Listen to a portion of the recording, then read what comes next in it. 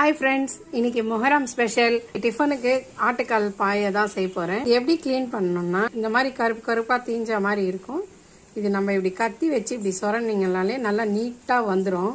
அந்த தீச்சதெல்லாம் போயிடும். நம்மளுக்கு சாப்பிட்றதுக்கு நல்லா இருக்கும். நல்லா தேய்ச்சி கழுவியாச்சு. இப்போ நம்ம அரைச்சி வச்ச மசாலா ஊற்றலாம். இது மிளகா, தனியா, மிளகு இது முழுகிற அளவுக்கு தண்ணி ஊற்றி மஞ்சள் தூள் ஒரு 1/2 ஸ்பூன் போட்டேன். இது சின்ன ஸ்பூனு, அதனால 2 ஸ்பூன் போடுறேன். உப்பு. இப்போ ஒரே ஒரு வெங்காயம் சாப் பண்ணி வச்சிருக்குது போட்டுக்கலாம். 7-8 விசில் வச்சு வேக வச்சிருக்கேன். நான் 8 விசில்னு சொன்னேன் இல்லையா, 8 விசில் வேவல, திருப்பி ஒரு 5-6 விசில் வச்சேன். நல்லா வெந்துச்சு. இப்போ நம்ம இது தாளிச்சிக்கலாம். 3 ஸ்பூன் எண்ணெய் விட்டுருக்கேன். கொஞ்சமா சோம்பு, கருவேப்பிலை, ஒரே ஒரு வெங்காயம், 1 ஸ்பூன் இஞ்சி பூண்டு பேஸ்ட். இப்போ இதை எடுத்து இதில் ஊற்றிக்கலாம். குழம்பு நல்லா கொதிக்குது. இப்போ நம்ம கொத்தமல்லி போட்டுக்கலாம். அவ்வளோதாங்க, சூப்பரான ஆட்டுக்கால் பாயா ரெடி.